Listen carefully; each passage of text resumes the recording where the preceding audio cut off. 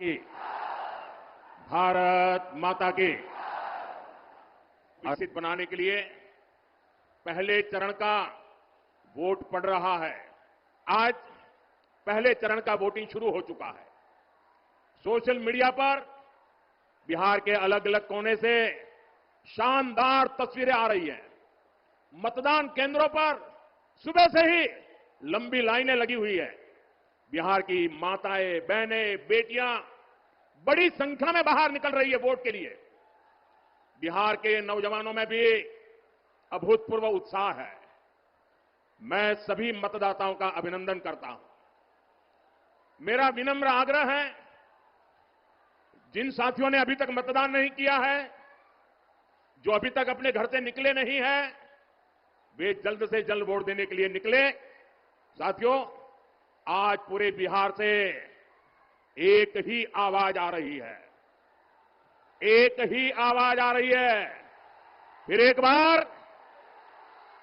बार NDA सरकार, फिर एक बार, ये मोदी की गारंटी लिख करके रखो। आपका सपना ही, मेरे नौजवान साथियों लिख करके रखो, आपका सपना ही मोदी का संकल्प है। जंगल राज वाले खुद को आपका माई बाप कहते थे, अपने आप को शहंशाह मानते थे। ये तो मोदी है, मेरा माई बाप आप जनता जनार्दन है, आप ही मेरे मालिक है, आप ही मेरा रिमोट कंट्रोल है। 140 करोड़ देशवासी, यही मेरा परिवार है, यही मेरे मालिक है। मेरा परिश्रम, दिन रात खपने की मेरी कोशिश सिर्फ और सिर्फ आपके बच्चों के बेहतर भविष्य के लिए ही है। साथियों, आज मैं आपको आपके वोट की ताकत क्या होती है, कभी कभी हमको लगता है ना, हां मैं वोट देके आया। ऐसा नहीं है। आपके वोट की बहुत बड़ी ताकत होती है। मैं आज आपको आपके वोट की ताकत बताना चाहता हूं। बताऊं आपके वोट की ताकत क्या है? बताऊं। देखिए, आपके दादा दादी, नाना नानी ने, इनके एक वोट ने बिहार को सामाजिक न्याय की भूमि बनाया था। लेकिन फिर 90 का दशक आया और बिहार पर आरजेडी के जंगल राज ने हमला कर दिया। और जंगल राज मतलब कट्टा, क्रूरता, कटुता, कुसंस्कार, करप्शन और कुशासन, ये जंगल राज की पहचान बन गए और ये बिहार का दुर्भाग्य बन गया। आपके माता पिता के सपने कुचल दिए गए। साथियों, आज जब मेरे सामने माताएं बहनें को देख रहा हूं, नौजवानों का उत्साह और उमंग देख रहा हूं, इतने नौजवान आए, आज मैं उन्हें एक आंकड़ा देता हूं। मैं एक आंकड़ा देता हूं, आप इस आंकड़े को याद रखोगे? जरा पूरी ताकत से जवाब दो भाई। ये आंकड़ा याद रखोगे? आप सब याद रखोगे? ये आंकड़ा है जीरो। याद रखोगे? 0 0। ये आंकड़ा याद रखोगे? कौन सा आंकड़ा? जरा जोर से बोलिए, कौन सा आंकड़ा? ये जंगल राज के दौरान बिहार में हुए विकास का रिपोर्ट कार्ड है। मेरे नौजवान साथियों, बिहार में जंगल राज की सरकार 1990 से लेकर 2005 तक 15 साल ये जंगल राज ने बिहार को तबाह कर दिया।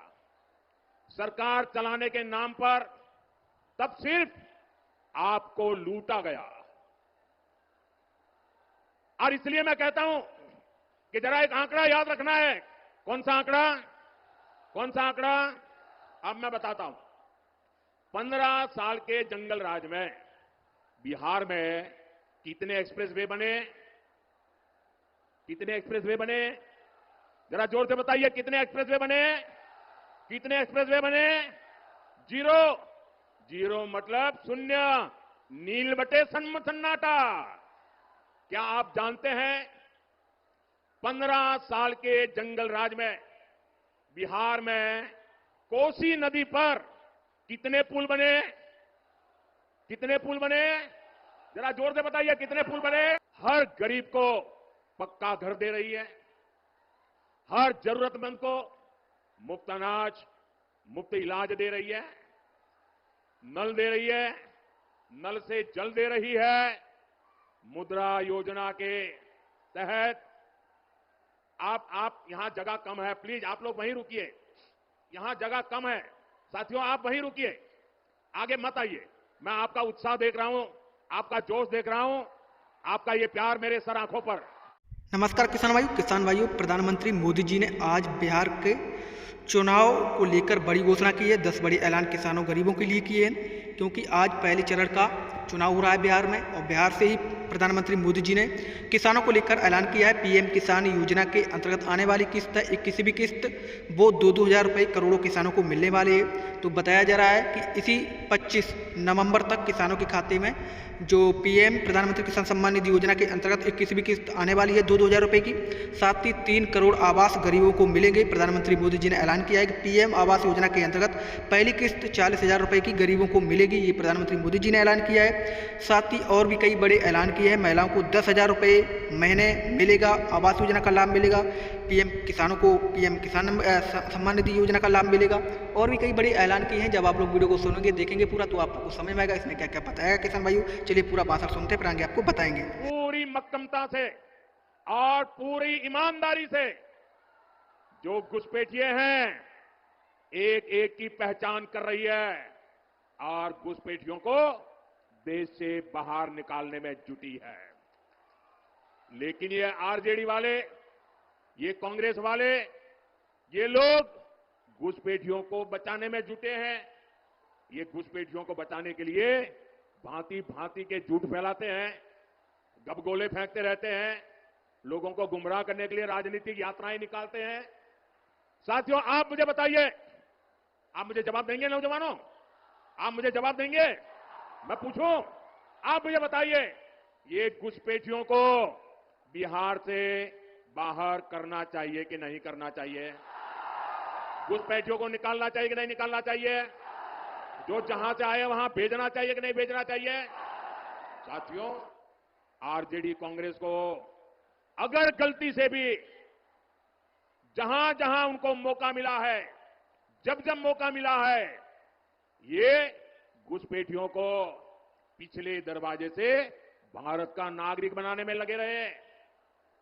और वो सिर्फ आकर के किसी के घर में ठहर जाते ऐसा नहीं है।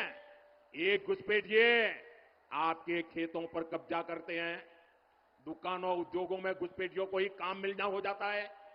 आपके बच्चों को उनको काम का जो हक है, वो हक ये घुसपैठिए छीन लेते हैं, उनको मिलना शुरू हो जाता है। और इसलिए मेरे नौजवानों, मेरी माताओं बहनों, मेरे मुल्क के मालिकों, मुझे बताइए, ये घुसपैठिए जाने चाहिए कि नहीं जाने चाहिए? ये घुसपैठियों को हटाना चाहिए कि नहीं हटाना चाहिए? साथियों घुसपैठियों का ठीक से हिसाब हो। आप मुझे बताइए, ये घुसपैठियों का हिसाब कौन कर सकता है? जरा बताइए, घुसपैठियों को कौन निकाल सकता है? ये घुसपैठियों को कौन निकाल सकता है? ये घुसपैठियों को कौन निकाल सकता है? ये घुसपैठियों को कौन निकाल सकता है? मोदी नहीं, आपका एक वोट निकाल सकता है। आपका वोट, आपके वोट की ताकत है, वो घुसपैठियों को निकाल करके रहेगी। और इसके लिए एनडीए की डबल इंजन सरकार बहुत जरूरी है। साथियों कांग्रेस हो, आरजेडी हो, इन्हें देश की सुरक्षा से कोई मतलब नहीं है, इन्हें देश की आस्था से भी कोई मतलब नहीं है। इसलिए सब लोग हमारी आस्था, हमारी संस्कृति का भी अपमान करते हैं। आपने देखा कांग्रेस के जो नामदार है, वो बिहार आकर छठी मैया की पूजा को ड्रामा बताते हैं। ड्रामा, क्या ये छठी मैया का अपमान है कि नहीं है? हमारी आस्था का अपमान है कि नहीं है? हमारी माताएं बहनें छठी मैया की आराधना में कितनी तपस्या करते हैं, तब करती है, पानी तक नहीं पीती। ये उसको नौटंकी कहते हैं। और आरजेडी वाले नामदार ऐसी जब आती है तो उनके मुंह पर ताला लग जाता है। यही नामदार उछल उछल करके, टीवी वालों को बुला बुला करके, जब महाकुंभ चल रहा था तो महाकुंभ के स्नान की मजाक उड़ाते थे। साथियों, ये राम मंदिर का विरोध करते थकते ही नहीं है। प्रभु राम पर इनका विश्वास